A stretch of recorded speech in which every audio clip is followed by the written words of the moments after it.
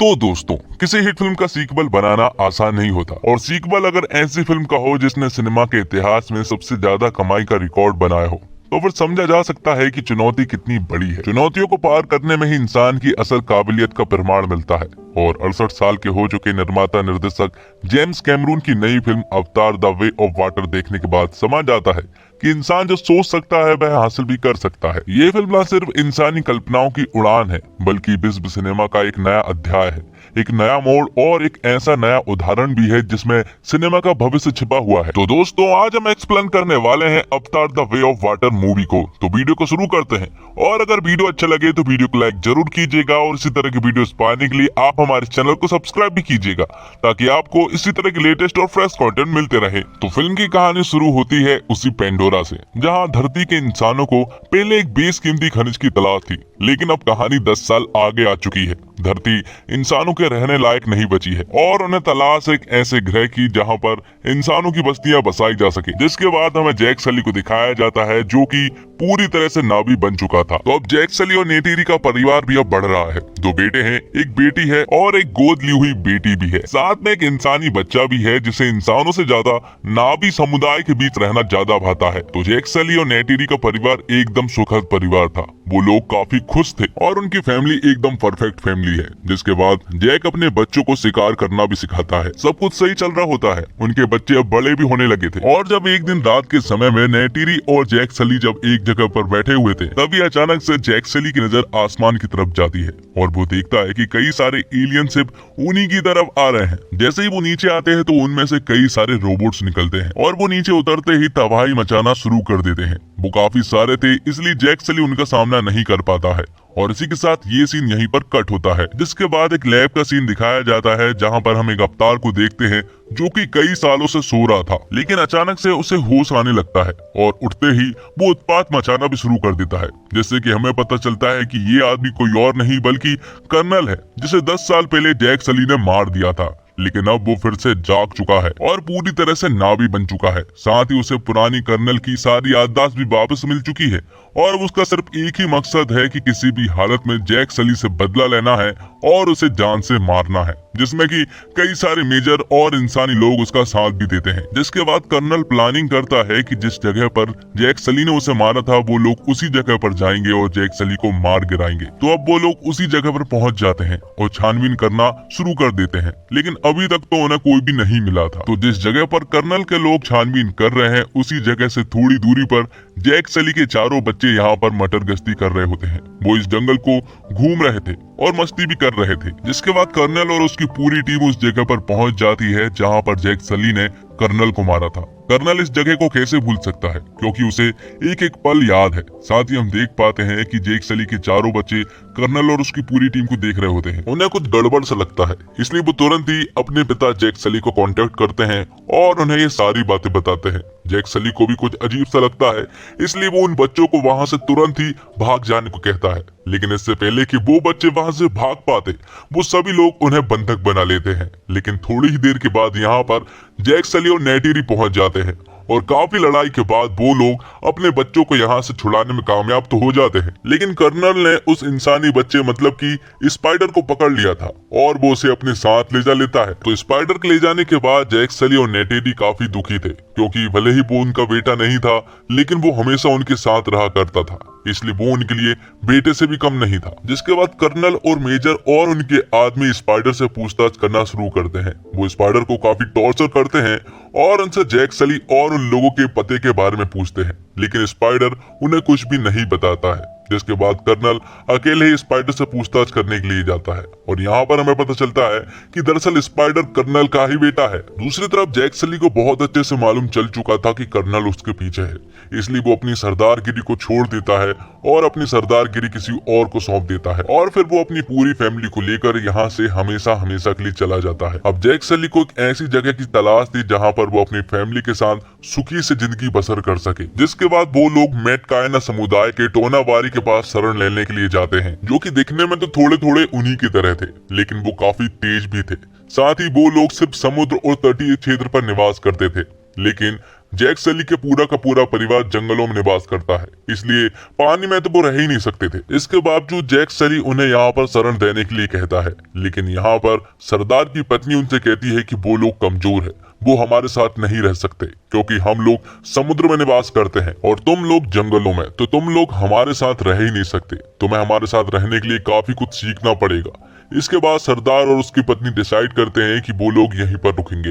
साथ ही वो अपने बच्चे और कबीले वालों से कहते हैं कि जैक सली के परिवार को यहाँ पर रहने का तौर तरीका सिखाया जाए। दूसरी तरफ हम कर्नल और उसकी पूरी फौज को देखते हैं जो कि जैक सली को ढूंढने के लिए जगह जगह के द्वीपों पर जाकर उनकी छानबीन करने में लगे हुए थे। और यहाँ जैक सली का पूरा परिवार पानी में किस तरह से रहा जाए इसी को लेकर स्ट्रगल करते हुए नजर आ रहे थे। साथ ही उन्हें पानी के एक जीप को चुनना था और उसे कंट्रोल भी करना था, जिसमें कि उन्हें काफी परेशानी होती है, लेकिन आखिरकार वो सभी लोग एक एक जीप को चुन लेते हैं और उसे कंट्रोल भी कर लेते हैं। और साथ ही यहाँ पर हम ये भी देख पाते हैं कि सरदार के बेटे और कबीले वाले लोग जैक सली की बेटी किटी को छेड़ रहे होते हैं, जो देखकर नीटिम और रॉक्स यहाँ पर आते हैं और उन्हें वार्न करते हैं कि ऐसा ना करे वरना प्रॉब्लम हो सकती है। और इसी बात को लेकर उनके बीच में झड़प हो जाती है। और जब ये बात जैक सली को पता चलती है तो वो अपने दोनों बेटे नीटिम और रॉक्स को खूब चिल्लाते हैं, क्योंकि वो यहाँ पर शरण लेने के लिए आए हैं, ना कि उन लोगों को मारने के लिए। और जिस लड़के को उन्होंने मारा है वो लड़का कोई और नहीं बल्कि सरदार का बेटा ही है।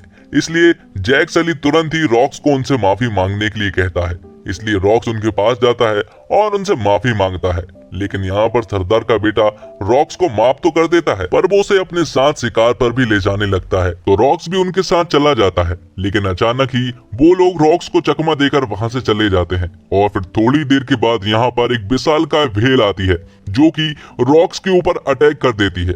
और जब वो रॉक्स को मारने ही वाली होती है कि तभी अचानक से एक विशालकाय भेल और आ जाती है और वो दूसरी विशालकाय भेल को मार गिराती है। अब रॉक्स तो बेहोश हो चुका था, लेकिन जब उसे होश आता है तो वो खुद को उसी विशालकाय भेल पर पाता है जिसने कि उसकी जान बचाई थी। वो भेल दिखने में काफी डेंजर थी और साथ ही यहाँ पर रॉक्स उससे बात करने की कोशिश करता है। यहाँ पर रॉक्स जब उससे बात कर रहा होता है तो वो भेल उसकी सारी बात समझ रही थी, लेकिन रॉक्स उसकी कोई भी बात नहीं समझ पा रहा था। साथ ही वो देखता है कि उसके पंख पर एक बहुत बड़ा सरिया भी लगा हुआ था, जिसे कि वो आसानी से निकाल देता है और फिर वो दोनों बहुत अच्छे दोस्त बन जाते हैं। दरअसल भेल को टूनकूल कहते हैं। अब रात को काफी देर के बाद जब रॉक्स अपने घर पहुंचता है तो यहाँ पर उसके परिवार वाले और कबीले वाले लोग उसे काफी चिल्लाते हैं, क्योंकि वो टूनकूल के पास गया था।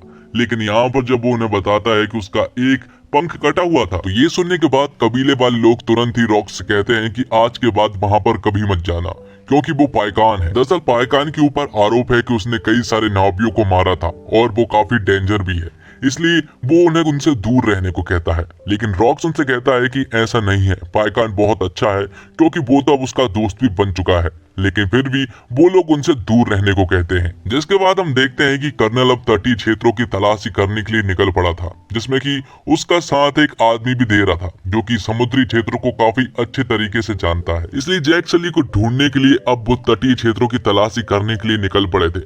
उन्हें एक कबीला भी मिलता है, जिसमें जब वो जैक सली के बारे में पूछते हैं तो वो लोग साफ मना कर देते हैं कि उन्हें कुछ भी नहीं मालूम है। लेकिन यहाँ पर कर्नल को ऐसा लग रहा था कि शायद उन्हें मालूम हो, लेकिन वो बता नहीं रहे हैं। इसलिए कर्नल पूरे के पूरे कबीले में आग लगा देता है। और जब ये बात मोटकायना के सरदार को पता चलती है तो वो ये बात तुरंत ही जैक सली को बताता है कि कर्नल नजदीक आ चुका है और उसने हमारे समुदाय वाले लोगों से पूछताछ भी की है। साथ ही उसने कबीले में आग भी लगा दी है। जिसके बाद रॉक्स फिर से पायकान के पास जाता है और यहाँ पर पायकान रॉक्स को कुछ ऐसे दृश्य दिखाता है जिससे कि रॉक्स को ये बात मालूम चल चुकी थी कि पायकान कोई कातिल नहीं है, बल्कि वो बहुत अच्छा है और उसका हमेशा दोस्त बनकर रहेगा। जिसके बाद हम देखते हैं कि कर्नल और उसके साथी समुद्र में आ चुके थे और वो यहाँ पर दरअसल में टूनकूल को पकड़ने के लिए आए थे। दरअसल टूनकूल के अंदर एक ऐसी चीज है जिससे कि इंसानों की शक्तियों को और उनके जीवन को बढ़ाया जा सकता है। इसलिए वो तुरंत ही समुद्र में आकर ये प्रक्रिया शुरू करते हैं और टूनकूल को पकड़ने में कामयाब भी हो जाते हैं। वो एक बहुत बड़े टूनकूल को पकड़ते हैं और उसकी जांच करने में लग जाते हैं। वो उस टूनकूल के सारे जरूरी अवशेषों को निकाल लेते हैं और उसे समुद्र में छोड़ देते हैं। जिसके बाद जब ये बात कबीले वालों को पता चलती है तो वो लोग आग बबूले हो जाते हैं और उन्हें काफी दुख भी होता है, क्योंकि ये उनके साथ के जीव थे। जो कर्नल ने किया इसके लिए कबीले वाले भड़क उठते हैं और वो जंग पर उतारू हो जाते हैं। लेकिन जैक सली उन्हें समझाने की कोशिश करता है कि वो लोग हथियार से लैस हैं। उनके पास कई तरह के टेक्नोलॉजी वाले हथियार हैं जो कि इस जंग को आसानी से खत्म कर सकते हैं।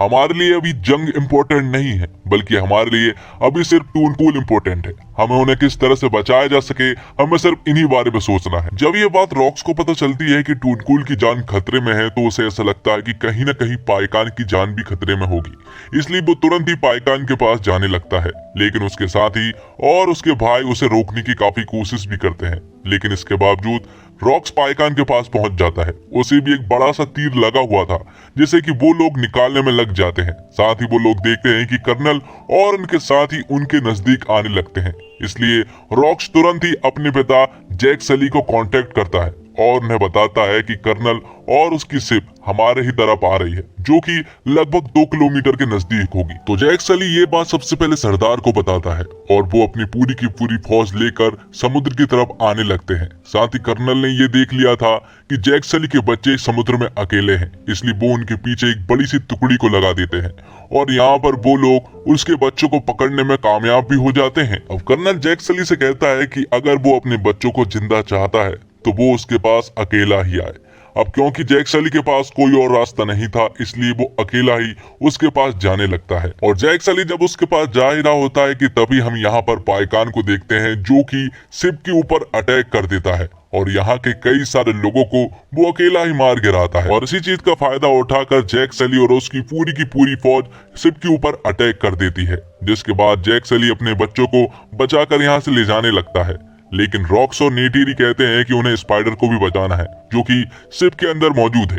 इसलिए वो लोग शिप के अंदर स्पाइडर को बचाने के लिए जाने लगते हैं। आगे जाने के बाद वो स्पाइडर को भी आसानी से वहां से बचा लेते हैं। लेकिन इसी झड़प में नेटीरी को गोली लग जाती है और वो काफी जख्मी भी हो गया था, जिसके बाद उसे अपनी फैमिली के पास ले जाया जाता है, जहाँ पर कि उसका अंतिम वक्त था और वो अपनी फैमिली के साथ ही अपनी आखिरी सांसें गिनता है। उसे इस तरह मरता हुआ देखकर नेटीरी और जैक सली का दिमाग खराब हो जाता है और वो अब उनसे बदला लेने का डिसाइड करते हैं। वो तुरंत ही शिप में जाते हैं, जहाँ पर किटी अभी भी कर्नल के द्वारा बंधक थी। तब नेटीरी और जैक सली शिप में पहुंचते हैं और उन्हें खूंखार तरीके से चुन चुन के मारने लगते हैं। और काफी लड़ाई झगड़े के बाद जैक सली ने अपनी बेटी किटी को बचा लिया था। लेकिन आखिर में जब वो लोग जा रहे थे, तो यहाँ पर कर्नल उन्हें उकसाता है कि बचकर यहाँ से चले तो जाओगे, लेकिन वो अभी भी जिंदा है और वो उन्हें कभी भी नहीं छोड़ेगा। तब कर्नल और जैक सली के बीच में भी एक जोरदार लड़ाई होती है। साथ ही ये शिप जल्द ही डूबने वाली थी, क्योंकि इस शिप में बहुत ही तेजी से पानी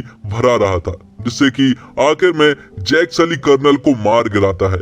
और यहाँ पर नेटीरी और उसके बच्चे पानी में किसी तरह से बचने के लिए स्ट्रगल करते हुए नजर आ रहे थे। लेकिन आखिर में जैक सली की पूरी फैमिली आसानी से बच जाती है। साथ ही हम देखते हैं कि स्पाइडर ने अपने पिता मतलब कि कर्नल को भी बचा लिया था और उसे किनारे पर लेकर आ गया था, जिसके बाद स्पाइडर वापस चला जाता है, क्योंकि उसे अपने पिता के साथ नहीं बल्कि जैक सली और उसकी फैमिली के साथ रहना था। आखिर में हम देखते हैं कि कबीले वाले लोग और जैक सली की पूरी फैमिली नीटीम को श्रद्धांजलि देते हैं और उसे पानी के अंदर दफनाते हैं, जहाँ पर कि कबीले वाले लोगों के पूर्वज को दफनाया जाता है। फिर जैक सली सरदार से कहता है कि वो नहीं चाहता है कि उनके ऊपर कोई और आ जाए, इसलिए वो इस कबीले को छोड़कर हमेशा के लिए जा रहे हैं। लेकिन यहाँ पर सरदार उनसे कहता है कि अब ये कबीला उनका भी है, क्योंकि नेटीम अब उनके पूर्वजों के पास चला गया है। और इसी के साथ ये फिल्म यहीं पर खत्म हो जाती है। तो दोस्तों, अगर आप इस फिल्म को पूरा देखना चाहते हैं तो डिस्क्रिप्शन बॉक्स के दिए हुए लिंक पर क्लिक करें और इस फिल्म को आसानी से वॉच करें।